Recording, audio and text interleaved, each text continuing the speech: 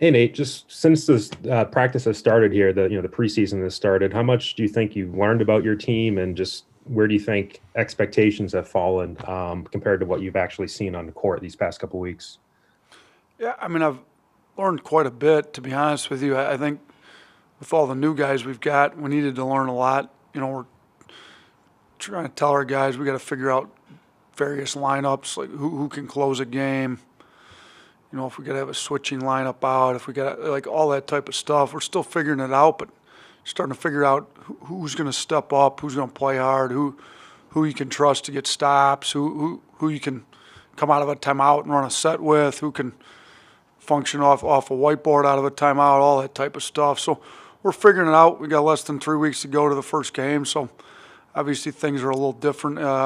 Once the game hits, and then you got to kind of figure out who can do it under the game-like situations. But we're trying to put them in as many game-like situations as we can get right now, and I like where we're at. I think we've got some really good leadership. It obviously helps with some guys that have played college basketball before. A kid like Bruner and Rojas, who saw us practice all year and was with us and new stuff. He's coming along really well. And Keon Ellis has played some college basketball before. Quinterly's been around with us, practiced with us all year. So even though we've only got 4 guys returning that played games, we still got pretty good, pretty good chemistry experience, whatever it may be, all that type of stuff from guys that were in the program or have been in college basketball before.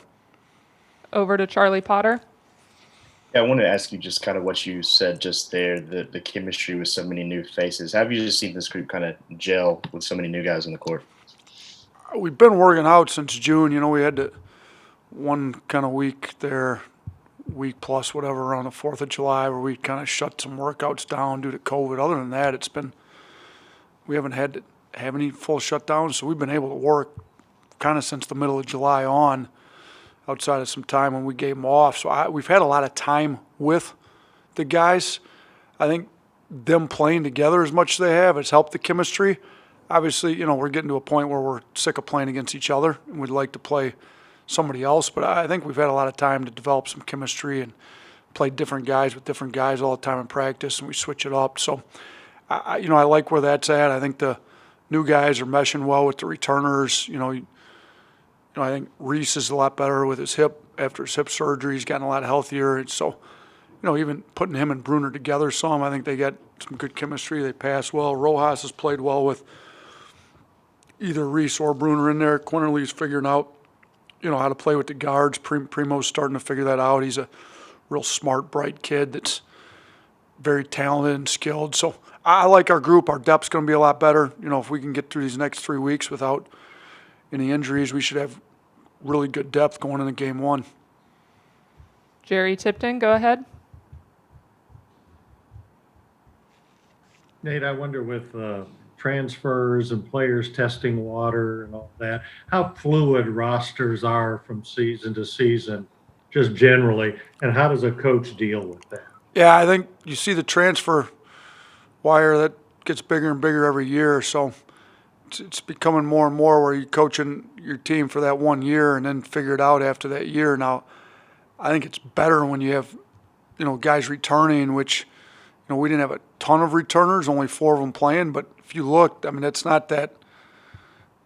really not that low of a number compared to what a lot of people have, just based on what you said with transfers and everything. So when you add in the fact that there's 4 returning guys that played in games, but then Rojas and JQ have both, been with us in the program, and Jawan's coming. Jawan's able to do some half-court stuff. He still hasn't been able to do any up and down live stuff with us. So my doubts are Jawan will be cleared by game one, but we've got guys that have been in the program and played, and I think there's some chemistry. But I think as a coach, you got to get used to coaching a lot of new guys every year. I mean, it's just the reality of it. Now, transfer's been getting more and more and more. If you go look at what we had at Buffalo, we didn't lose any players that were heavy in the rotation outside of once.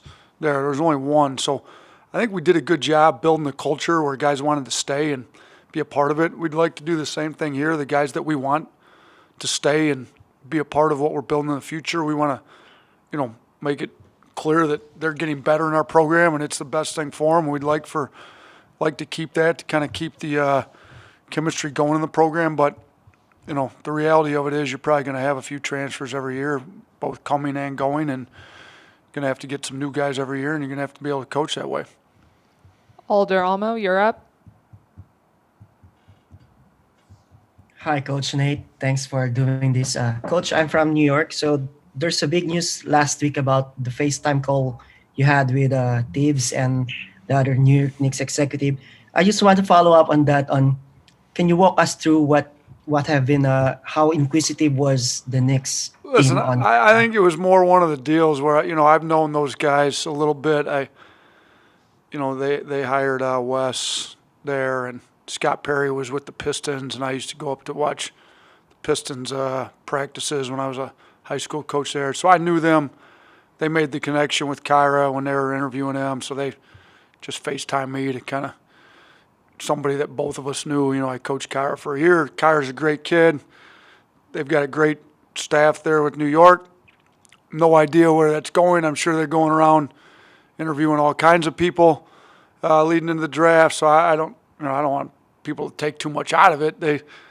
It's kind of a common connection. I coached Kyra, and I knew those guys from my time in Detroit. They're good guys, and I think they wanted to make Kyra feel a little more welcome, a little more. So we chopped it up, joked around a little bit, talked about Kyra's game with them for a minute, and then I got off. It wasn't a very long FaceTime call. It was more just a quick intro, letting them know that they knew who I was. But I think Kyra is going to. I know the Knicks getting a lot of media attention there in New York, and they got a high draft pick. They got to make sure they get the right pick. I think Scott Perry is going to be really good for them. Obviously, Thibs is going to get the defense squared up there, and I think Kyra's defense got better as the year went on. We kind of talked about that, and I think Kyra's a really talented kid. I think with the way the NBA's played now, with how spread out, wide open it is, and you can't put your hands on people defensively, so with him having the speed he's got and the skill level he's got, he can get in the paint whenever he wants, make plays. So he was great in our system. We play a lot more wide open like the NBA's playing. I think he's going to be a really, really good NBA player. So be interesting to see where he falls in the draft. I'd love to see him go to New York. I think he'd be great there. I'd like to come to New York and watch a few games. So he'd give me a good reason to come up to New York and watch some games when our season's over. Thank you, Coach. Yep. Tony Sakalas, you're up. Nate, you've mentioned Keon Ellis as like an ideal fit for your system. Just what does he offer to your team? And then also, when did he really come up on your radar when you first started seeing him?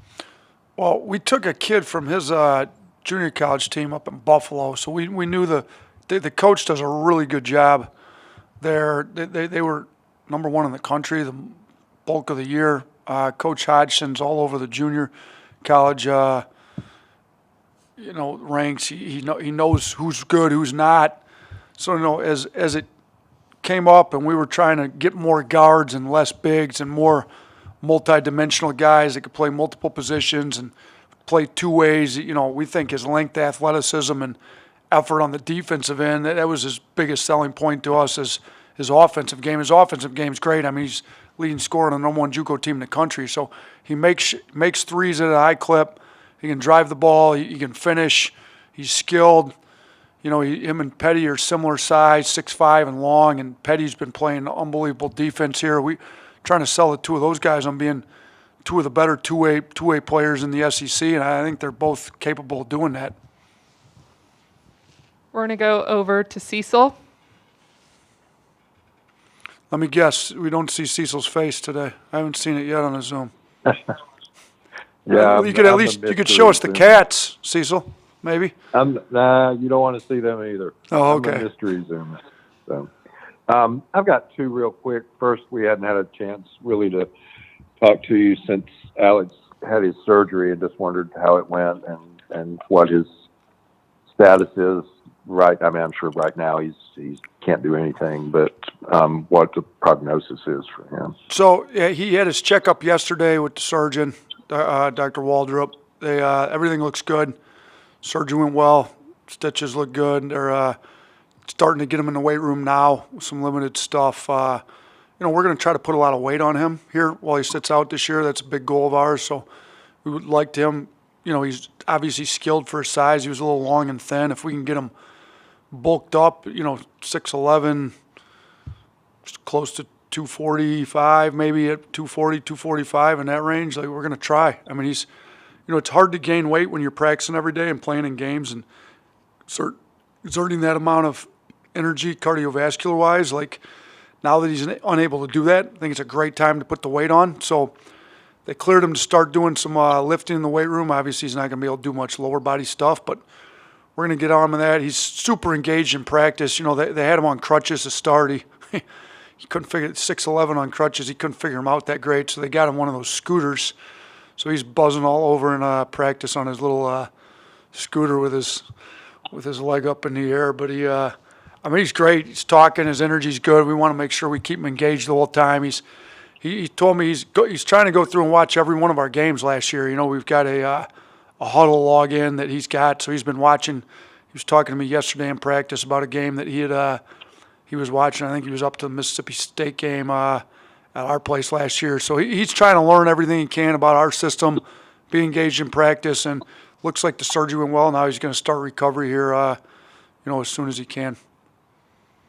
And I know you can't talk specifics. That's not what I'm asking. Just a general idea with signing day coming up next week on whether you're still recruiting 1, 2, 3 guys looking towards the early signing period, or whether it'll be the 3 commitments, or whether Yeah, so we're still recruiting some new. We've obviously got 3 guys that have given verbals that I can't really talk about, but you guys are all aware of. So we're expecting those guys to sign, and then we're still recruiting other guys. We've got some that we've been heavily involved with for a long time now that we're recruiting. I don't know if they'll commit before signing day, if they'll let it go longer. They've changed the rules on everything. Obviously, we can't get out, and then we thought we'd be able to get out to see sign guys. Now they just changed that to where they're not. So outside of a guy just wanting to be done with the recruiting process, the signing doesn't give a ton of extra advantages. So whether they go early, late, sign, whatever it is, we're going to keep recruiting them as hard as we can. We've added a few guys, in 2021 class to our recruiting board. We're working on getting Zoom set up and that. So we're still going after it. We're still planning on signing 5.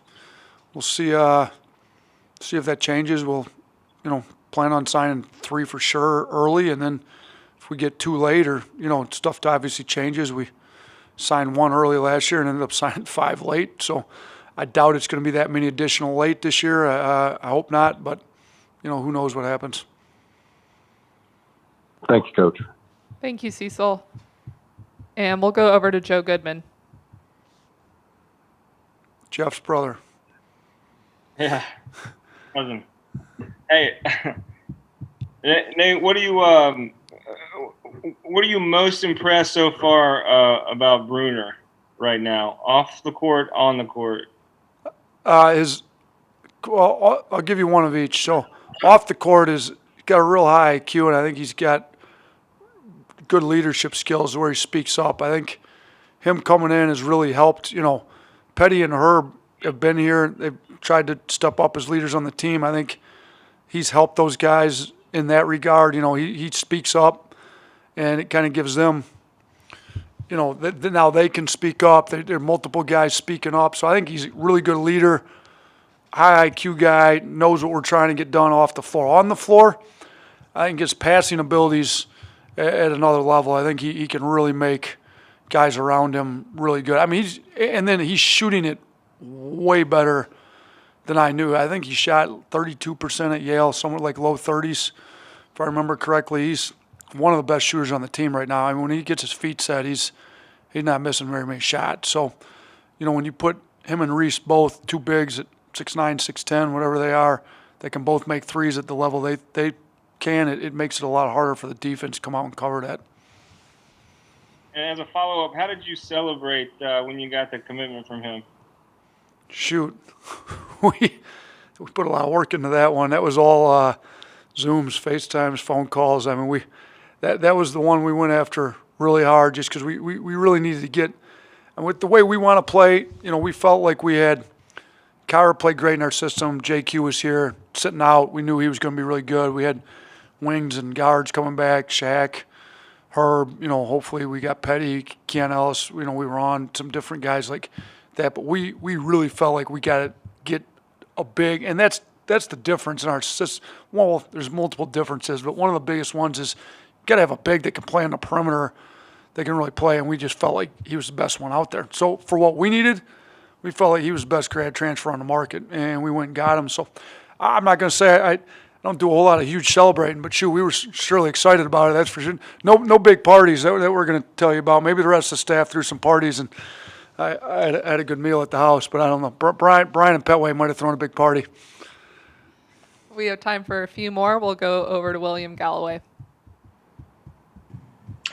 Hey, Coach, the non-conference schedule officially came out yesterday, and obviously we knew a lot of that beforehand. But what can you say about that in terms of trying to schedule with everything that's gone on this offseason? And is there a particular game or matchup with a team you're really looking forward to? Yeah, so that non-conference schedule kind of shaked out real similar. We didn't add any new teams from what originally there was some stuff that had been leaked. We just kind of eliminated some off early in the schedule, and then one, we were going to open with Jacksonville State. We just slid them down into the opener 2 weeks later. So, I'm excited about it. I mean, it's not easy, that's for sure. If you look at it, we got to play the Maui. You're going to get 3 possible high major teams there. Jacksonville State's one of the best. I mean, he does a great job coaching. We played them at Buffalo, scrimmaged them here last year.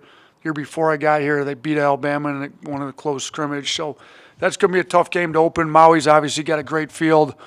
Stanford's really good, got a lot of talent, one of the better teams in the Pac-12. And then, possibility of playing North Carolina, UNLV, and then whoever in the third game. But then the Houston game's huge. All right, Kelvin Sampson's one of the better coaches in the country. Kids play hard, give great effort. I liked the series when we signed it because we want to develop toughness. They're going to be one of the toughest teams in the country every year. I want to play those type of teams to expose us if we're not as tough as we need to be. So excited about that one. The Clemson one in Atlanta, playing an ACC team, non-conference, going to be good. And then, Furman almost beat Auburn at Auburn last year. They gave us a good game here. That they're another well-coached mid-major team. So even the mid-major teams that we've got, East Tennessee State, one of the better mid-major programs in the country. There's not one easy game on the schedule, which is good. I mean, if they reduce your schedule by 4 games, let's make sure they're all quality games. They're going to make us better and get us ready for SEC play. We'll do final question back over to Alder Almo. Hi, Coach. Just going back to Kyra, Coach. Are there any teams that reach out to you about him and made their due diligence? Oh, I'm sorry. I got the end of it. What was the first part of the question? Coach, I was asking if there are other NBA teams aside from Knicks who reach out to you. Yeah, I think we've honestly, from the start of it, from the end of our season until now, I think every NBA team, I mean, if it's not every, it's all but 2 or 3. I mean, just about all of them have reached out to do their due diligence on it. I think lately, if you're hearing from them lately, those are the ones more interested. I think, it's getting sorted out. I think those teams at you do a pretty good idea. Those teams kind of middle to the end of the lottery, mid-lottery to mid-first round, kind of everybody in that range is reaching out, doing their homework. Then there's a few others that maybe looking to make trades that, team with the number 1 pick reached out to us. I don't think he's going number 1 in the draft, but, who knows? I think some teams that are doing their homework with the possibility of maybe there being trades that's come up are still reaching out. We're still getting a decent amount reaching out, but most of them have done their homework. Most of them know who he is. I mean, he's got 0 red flags as a kid. He's a great person off the floor. He works hard. He's in the gym. That's the type of stuff. They can see how good he is on film. They want to know what he's like off the court. Some of them give you some really detailed questionnaires, a lot of interesting questions. I told one of these guys, I need need you to send me that questionnaire for me to ask the recruits when we recruit kids to come here. Like it's a lot of interesting questions. So a lot of teams have reached out to us, almost the entire league, to be honest with you.